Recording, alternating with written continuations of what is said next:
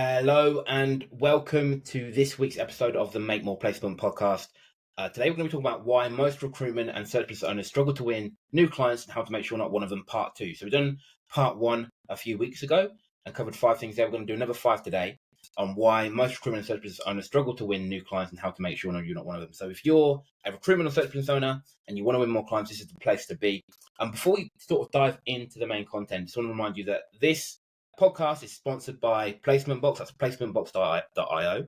Placement Box is the world's leading AI-powered client attraction tool built specifically for recruitment, staffing, and executive search business owners. And it's packed full of purpose-built client attraction tools ready to plug and play in your business so you can start attracting more clients the very same day that you sign up, right? So this is a tool that we recommend to all of our clients. We actually use it in our own business as well. Placementbox.io, where you can go and get access to that. I'm actually giving a free, I think it's a 30-day free trial at the moment as well. So that's placementbox.io.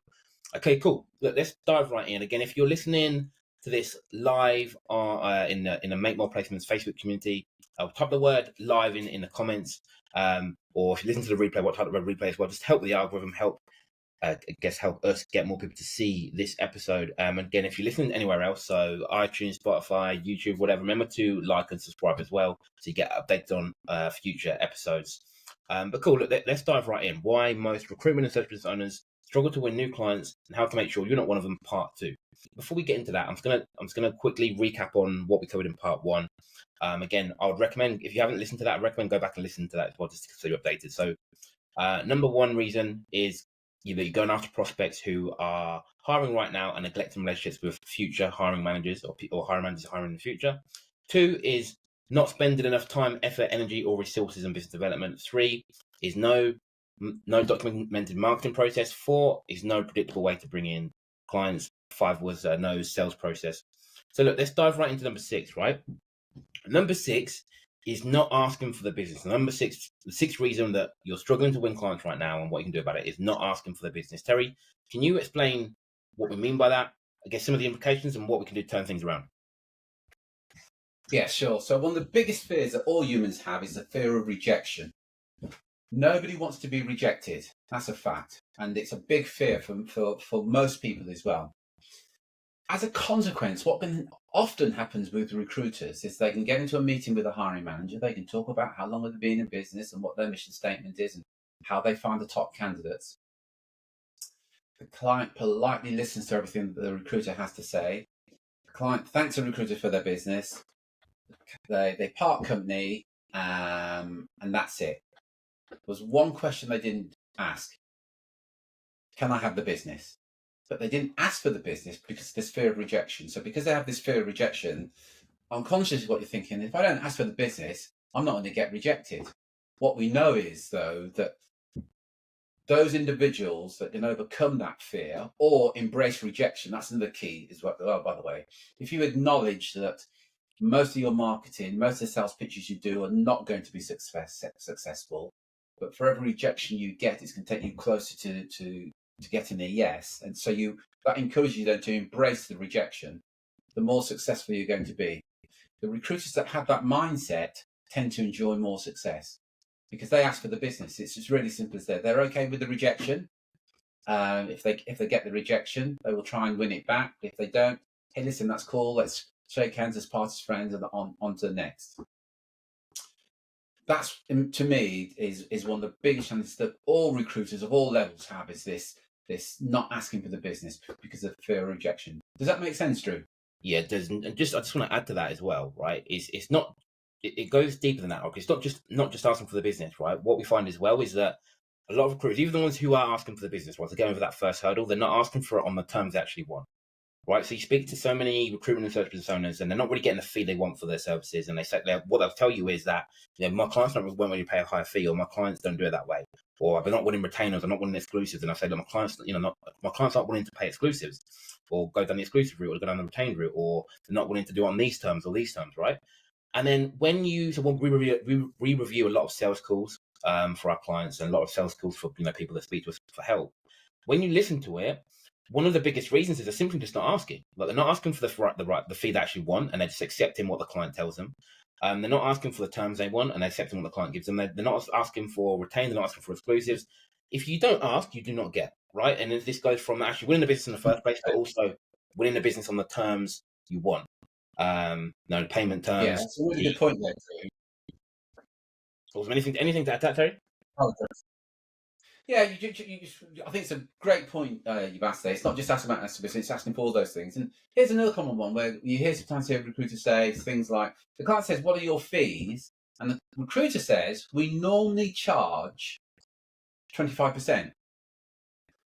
Saying you normally charge 25% indicates that you're willing to negotiate, and you're kind of already giving it away, but there's this discomfort of asking for the fee that you believe you deserve, because you believe at some level if you ask for the fee that you believe you deserve, you're not going to get the business. Yeah, great point there, Drew. And I think the other one that you mentioned about getting business on retained or exclusive or whatever. A lot of potential clients that we speak to, recruiters say, my clients don't work on retained or don't work exclusively. And I always ask the question, how do you know? They say, well, I never get any business on the retained basis. My next question is, when was the last time you asked for retained? In the majority of cases, most recruiters have never even asked for retained. I've got some news for you. If you don't even ask for it, your chances of getting retained or getting higher fees or getting the business are pretty slim. There's a saying, isn't there? If you don't ask, you don't want. It's really as simple as that. So, yeah, it's a really good points that you're adding on there, Drew. Thanks for that. Excellent. Awesome. So number 6 is not asking for the business, not asking for the business on terms you want, right? Number 7 is thinking that they know it already, right? Thinking they know it already. And what I mean by this is you get some, and funny enough, it's often recruiters with less experience who say this. They'll ignore something that you get people ignoring this podcast, right? Because they've got 5 years experience and they think they know every reason they're already. They ignore advice, they ignore outside sources because they think they've got so much experience that no one can teach me anything, right? And I won't say the words "no one can teach me anything," but we'll speak to recruiters and they'll say, "Look, Terry, I've been doing this for 5 years now. What can you teach me about winning business? Or I've been doing this for 3 years now. What can you teach me about winning business?" And it's thinking that they know it already. What you do is you close your mind off to learning and experiencing new things. Terry, anything you want to add to that? I guess in terms of some of the implications. Yeah, I actually have an example of that. Potential client said, Terry, thanks for offering me that free training, but I've been doing this for nearly 14 months now, and I'm confident that there's nothing more that I can learn about recruitment. And you kind of just nod your head in despair. Psychologists found there are 2 types of individuals. There's individuals called fixed mindset. So they have that kind of conversation. Their mind is quite fixed. There is nothing more that I need to learn. I kind of know it all. I'm good, thanks. Or and they have this fixed mindset and as a consequence of which their mind never expands, because they say this is it. This is as good as it gets in terms of the recruitment world, as an example. Then you have those individuals, what's called psychologists call growth mindset. Now these individuals could have, I have nearly 30 years experience. I can honestly say probably every week I learn something new about recruitment, without a doubt. People with a growth mindset acknowledge that there's always a possibility. There are things that could be done better, quicker, faster, or whatever, and are open to the realms of possibility that is the case. So they have this growth mindset, and those individuals, guess what? They tend to grow more so than those with a fixed mindset that believe this is it. What I've learned in the last 14 months is all there is to know. So thank you very much, but I don't need to learn anymore. And I know you, as you're listening to that, you're thinking that's unbelievable that people can think like that. I promise you, I talk to people like that at least twice a week. Somebody will say something along those lines. I've been doing this for 2 years. What can you teach me? That's a nonsense. Yeah, but it does happen with a fixed mindset. Yeah, and I think probably we all do that. So I think we probably all do it at some level in some areas of our life where we make assumptions about the results we'll get or won't get, right? So we'll look at something like the things that you're doing or not doing in your business right now because you've assumed they won't work. And you could just be asking for the fee, like going back to number 6. It could be that we're not asking for, we charge 25%. We're not asking for 30% because we already know somehow that our clients won't pay that, right?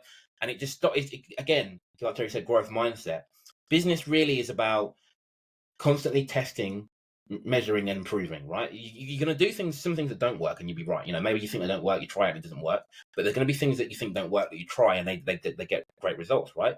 Probably if you look at everything in your business right now, no matter where you got it from, there was a time where someone said it didn't work, right? Someone said that won't work in recruitment, or that won't work with my clients, right? And then what's happened is someone's tested it, tried it, and it has worked, right? And I think there's so many things that we overlook or ignore where we think we already know the outcome. We think we know it's not going to work, or we think this is the best way to do something, and we close our mind off to learning, discovering, or experiencing new and better ways.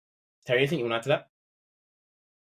Yeah, it reminds me of the story that I'm sure everybody's heard of when Netflix was first formed, and they went to the big video distributors, Blockbuster, with this idea of, rather than hiring out the videos, why don't we stream all the content down to our potential clients? And the board of directors laughed at the thought that such a thing can be done.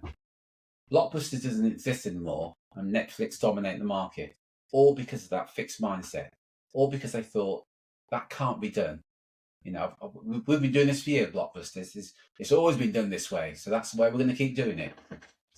The rest, they say, is history because of that fixed mindset.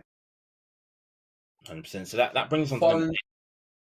Sorry. That brings on to number 8, which is linked to number 7, right? And again, you probably get this more often. And again, it's something that we've done in our business, like, wrongly, and you're probably doing it right now. Is thinking that, seeing something, hearing something, even though you've seen it work for somebody else or work somewhere else in a different sector, maybe, but you're thinking that won't work in my business or that won't work in my sector.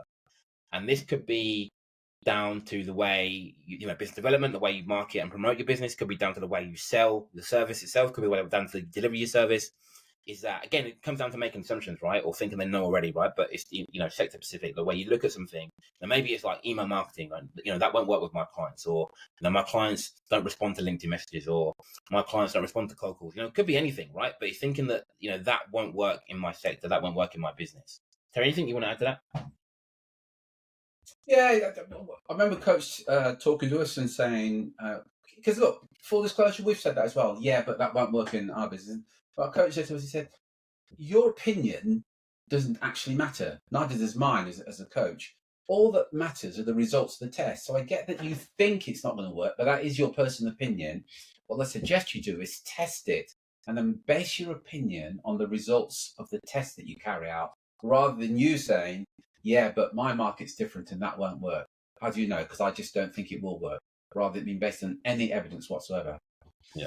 So that was a key breakthrough for us as business owners, just adopting that attitude as well. Actually, we don't know, so why don't we do what's been recommended and then test the results and then form your opinion on the results that you get, rather than on the personal opinion that that's not going to work, whatever that is. As Drew said, email marketing, IFEs.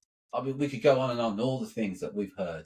Facebook, you can't use Facebook for marketing for clients at my level, because my clients are sophisticated, aren't on Facebook. That isn't true, but again, don't take my word for it. Test it and see for yourself. Yeah, great point there, Drew.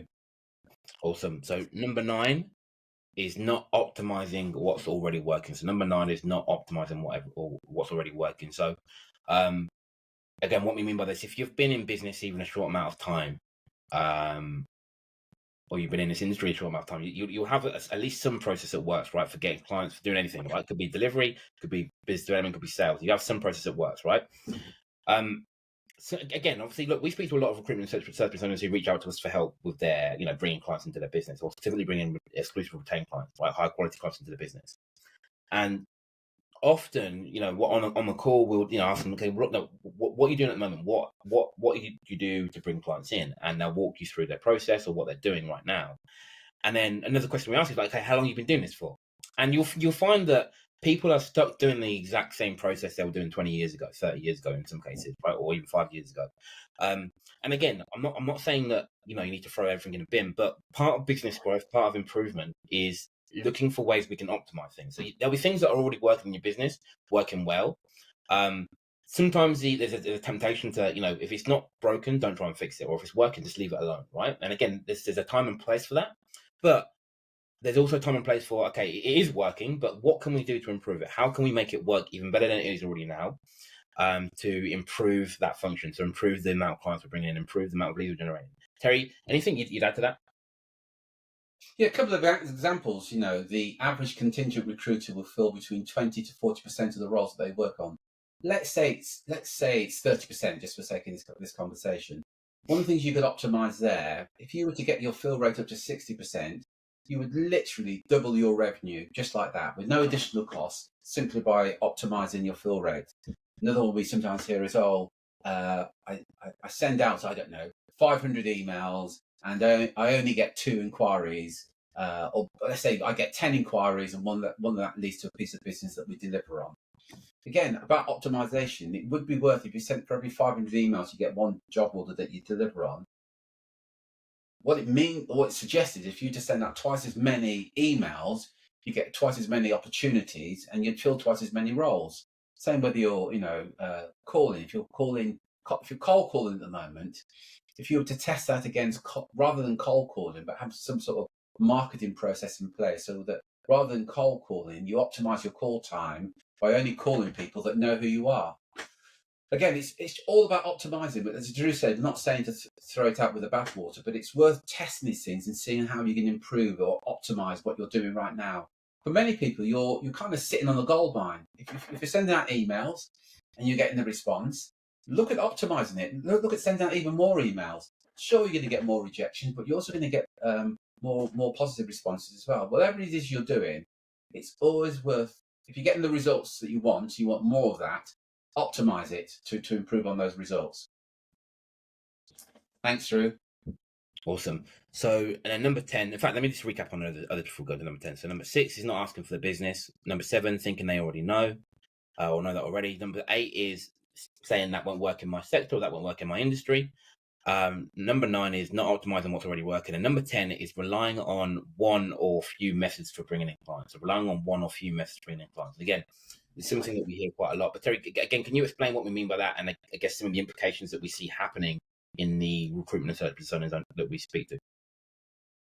Yeah, so bearing in mind that we're talking to recruitment and search business owners literally every day of the week, 5 days a week, without that, and when you talk to recruiters, they use probably 3 or 4 methods for getting business: word of mouth, network, referrals, and NPCs, or marking out the candidate, most placeable candidates, where you market out a candidate to potential clients.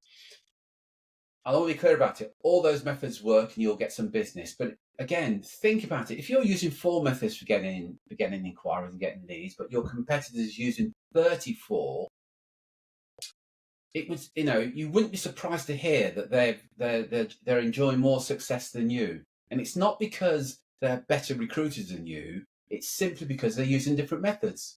So if you're using 4 methods and they're using, I say, 34, already they've got an advantage over you.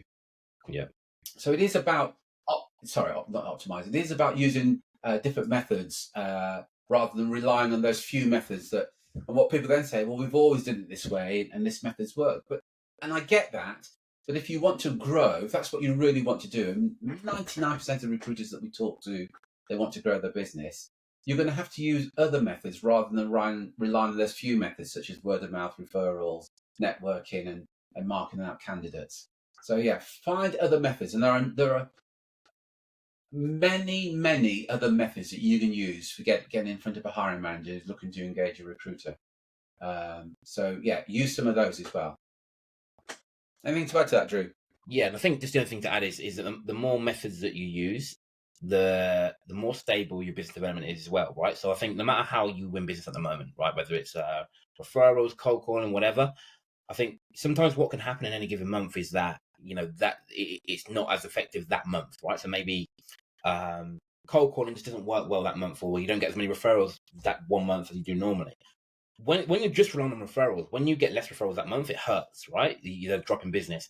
When you have multiple methods, even when one's not working, the others usually are, right? So you tend to even out and build a more steady and consistent lead flow into your business, and obviously clients come off the back of that as well. Which is a thing to add. And I think one of the keys to growing your client attraction process, to having more consistent clients coming in, higher quality clients, is if you combine the things that we spoke about today, where we have a method that works, right? Let's say you've got a method that works in your business right now, of bringing in inquiries, bringing in leads, bringing in clients, right? We look for ways to optimize that and improve it, all right? So make it work even better. Now going back to number 9 that we covered. So we're making it work every month. We're looking at ways we can improve it, make it work even better.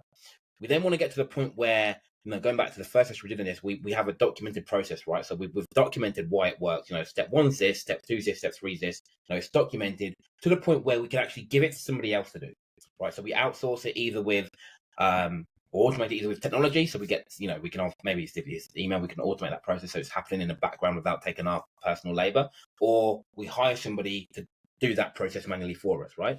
Once we've done that, we've got more time to add another method to the business, right? And that's really how you grow and build a client attraction process, right? We have one method, automate it, outsource it, then we move to method number 2, automate it, outsource it. Again, every time we're doing that, we're buying back time for ourselves, and we can add another method, right? And that's really the key to, all the clients we work with, all the recruitment and search personas we work with who really master client attraction, is that's what they do, right? They get a method, optimize it, and then get it off their plate so it's not them doing it. I think, one of the reasons that you're probably stuck now, not being able to get better at winning clients, isn't necessarily because you don't have a method that works, isn't necessarily because you're not even optimized it, but you need to get it off your plate to buy back your time so you can add another one, right? So anything you want to add to that before we wrap up? No, I think you've really hit the nail on the head there, and covered that off really well. And what I say to everybody that we say all the time, the key now is just taking action. We've shared this information with you. As I said earlier, don't take our word for it. Go and test it for yourself, and let's know how you got on. But what we know is that the more those individuals that take action on some of the things that they discover are the ones that are going to get the best results. So that's the key here, that you implement some of the things that we've shared with you today. Awesome. So thanks a lot for listening. Again, if you enjoyed this episode, make sure you share it with anyone you know who could also benefit. And if you want to get more clients in your recruitment search business, you go to makemoreplacements.com/clients now. There's a short video that explains, a bit more about what we do and how we may be able to help. That's makemoreplacements.com/clients now. So we'll speak with you next week. Until then, take care. Take care.